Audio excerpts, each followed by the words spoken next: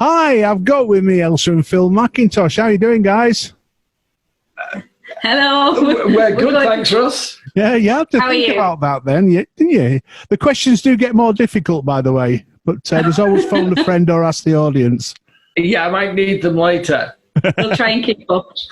Now, of course, I brought you guys on because after weeks and weeks of frustration in the amateur circles, you might have a solution that maybe we can see a light at the end of the tunnel. Would you like to explain to the listeners what that is?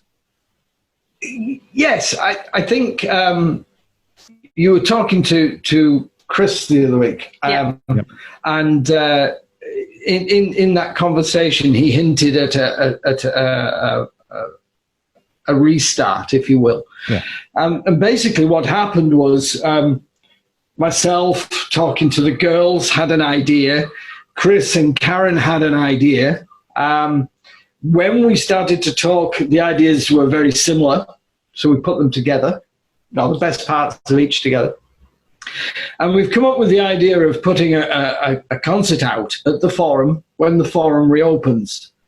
Now, obviously, this is predicated on the Forum reopening, but the exciting part, the really exciting part is that all the senior societies in the town will be on the stage at the same time, working together to bring amateur theatre back into the limelight in the town, in the area, saying, look, we're back. We haven't forgotten about you. We haven't gone away. In a practical sense, what that also does is it allows the societies to get back on stage before they've got their shows ready. So it gives us an interim. Yeah, no, I think you've covered it all beautifully. It's that idea of giving people something to look forward to, not just the society members, but also audience members who normally support us so well. And yeah, just reminding everybody that just because of recent events, theatre hasn't gone away. What we do is still there. What we love is still there, and just encouraging people when it's safe and practicable to do so, to come back out and support us and support local theatre. And I think the other thing is that what music does is it brings people together. Yeah. And it's that thing that we can do back into the community, It's us saying to the community, look, come and have something away from COVID. Yeah. Get away from COVID. I mean, the audience-wise, I mean, we don't know yet how the seating is going to be arranged, every other seat or couples together. But do you envisage it being the rows, or are you preparing for cabaret seating, or is it too early to tell? It's a little bit too early to tell at the moment. So that's one of the things that is still a bit of a question mark for us at the minute. And obviously, we will be working very closely with the Forum and with the committees of the societies that we're working with to look at the best solution for everybody, really, because the absolute priority is it's got to be safe for the audience and it's got to be safe for the cast. But at the same time, we want to be able to bring this show to as many people as possible, so we won't necessarily be rushing to do it the first week that the Forum's open. We'll be waiting until we're able to do it with a good audience safely. And obviously, we don't want the concert to be a cost to the society. So we've got to be at a point where we can sell it suitably and cover its own costs. This is something to bring us forward, not to cause more problems for societies who already find finances of putting shows on, tight at the best of times. Yeah. So it's a bit too early for a definite on that one, I think. I think you're right. I think the one thing that the cost neutral idea is very much in our at the forefront of the design of the show. We do not envisage it isn't envisaged as a mass money making exercise, but it's also got to be cost neutral. Yeah. So that societies can put the money into their individual shows, which are so exciting. When you look at the lineup of shows, it's so exciting, but it's going to take them time to be ready. Yeah. And we would like to try and get this ready to put us out there just bridge that gap. To bridge that gap a bit, yeah. Excellent. Yeah. Now, to get ready, Chris was one of the first people I've spoken to in recent weeks that was pro Zoom rehearsals, because obviously at the moment you can't rehearse as a group because singing is considered high risk COVID still. What are your thoughts? I'm still not convinced. Convince me. I had to convince Ailsa. Yeah. I mean, to be fair, when I first started thinking down this road, the only way I could see that we could do this and minimize the amount of physical rehearsal we would have to do to get the show ready was to have done a lot of the singing rehearsals online. And I'd sort of played around it, and I'd watched Gareth Malone and various other people do these incredible things and thought, well, it's doable. Now, there are restrictions to what you can do. You know, it really is difficult to do movement when you're the only person in your kitchen doing a pirouette.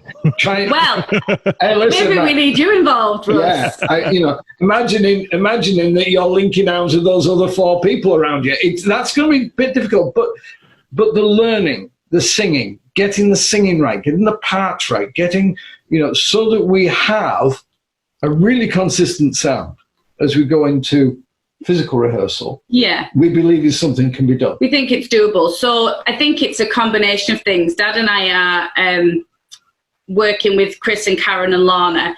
We're going to put together some guide videos to start with as well. So we'll record parts, predominantly Dad and I think. We'll record the different parts for different people, and those will be shared with the cast for the cast to listen to and sing along with prior to any rehearsal. So hopefully people will be able to do a bit of work at home themselves on learning the line work.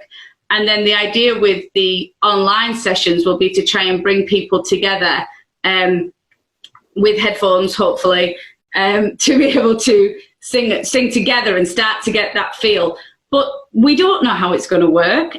There is an element of trial and error, I think. And risk. And risk, yeah, of course. But we're aiming for the first rehearsal to be around the start of September on a couple of relatively simple songs that people will probably already know.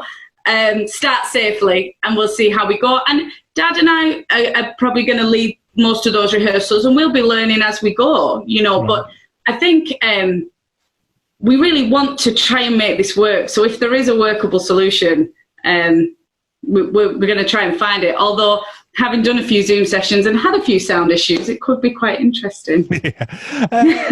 Now, of course, people listening to this that going, oh, absolutely brilliant, we're going to get up and running. They really do need to wait to be contacted by their respective societies, don't they, before we start, rather than go to you guys. This is what I'm getting at. Yeah, don't come to us. So the main place for pulling all this together is a group on Facebook. And anyone who is a current member of one of the Barrow societies is absolutely welcome to join that group. And if they contact their own society's committee, they'll be able to give them the details of how to get in touch with us to join that group, or, alternatively get in touch with us by email, so that Lana or Karen, who, are also massively involved in this, can send out some of the details for how people can be involved in the rehearsals. The really key thing is you just need to be a current member of one of the local societies, and then go through your society to find out a bit more information. Well, we at Can Do, we fully support everything that you're doing, and we'll keep the listeners informed, and don't hesitate to come in to any of our shows, the live ones or the pre-records, and keep us updated. And I wish you all the very, very best. That would be brilliant for us. Yeah, going on to your individual groups, Sugarfoot and Voce. I mean, I'm hearing about open air concerts. Can the public expect a Voce or a Sugarfoot open air? Because I know you do the park. We do, right. So we should have been in the park this weekend coming, but sadly we're not. Part of that at the moment still is just down to managing people safely, and as a small group, we're not equipped to do all of that and set all of that up by ourselves. What we might be hoping to do, though, is some kind of live stream. So keep your eyes peeled at the weekend. There might be a little bit of new Sugarfoot can't guarantee it, but there might be a bit of Sugarfoot music on Facebook at the weekend in place of our gig in the park. Everything else for us to the end of the year has been put on hold, unfortunately. We've not sung together since January for Sugarfoot, and apart from the online things that you've seen. And of course, your songs are played quite regularly on Can Do. And, on the radio. Thank you. We have a full hour on the Friday now between 7 and 8 of nothing but local music. So get your tapes in. Get your Voce tapes in, Phil. I thought you got ours. Yeah. Get it in.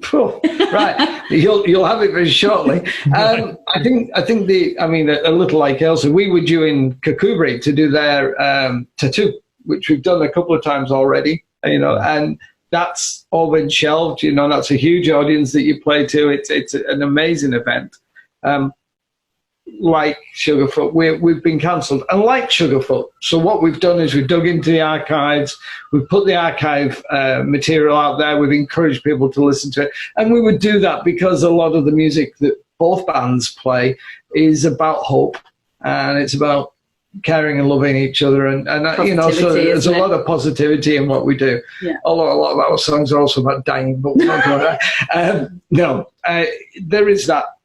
There is that joy in the music that we do. Yeah, and I think that's where social media has really come into its own. I'm not always a fan, but I think it's given us a platform for the last few months to share material that we already had, or to record new stuff and share it.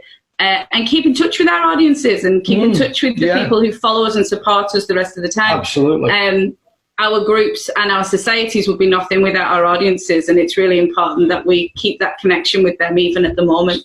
And I think spinning back to the main theme of today, doing something, putting something out there for our audience is really important for us. But putting it out safely for the performers is absolutely vital. So it's not even just about the forum opening. It's about being able to put maybe 70, 80 people on a stage. Talk a little bit more about that if you want in a moment.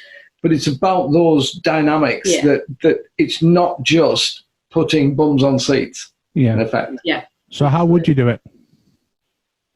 Good question. Well, if we go back to the beginning, if we talk about timescales, Ailsa said, we're not looking to do this as they open the door. Yeah. I think what we have to be realistic and say that, it's got to be safe for both performers and for an audience. And until that's and if you think about it, if we're with the concert in that position, the societies preparing to do a show are going to be those few months further on. Into the year, so whichever year it is, they're going to be that bit further on. So this idea of building a bridge. So we'd also look at through the programme. Some numbers wouldn't be full company numbers. We'd be looking at using smaller groups, which there'd be a bit more space. It'd be slightly safer for smaller groups of people, but. We really do want to be able to take advantage of bringing all those societies together. And like Dad said, having that big feel of 70, 80 people singing together, which would be incredible. And we also will need to get to a point where we can have a short run of physical rehearsals as well. So there are still things that need to be worked out and things that are very much dependent on other people's decisions. Our job in the meantime is to try and get as prepared as possible so that when that green light is given, we're in a really good position to say, right, okay, let's go. And in, potentially 7 or 8 weeks, we could have something ready to put on a stage for people. Well, knowing you two guys, you're going to be more than prepared. Sorry, Phil. Yeah. I mean, we'll try. We're not prepared to let you know what's in the concert, Russ, simply because we haven't agreed it with everybody yet. But if it goes ahead as we're thinking, it's a 26-song show from 26 different musicals. Yeah.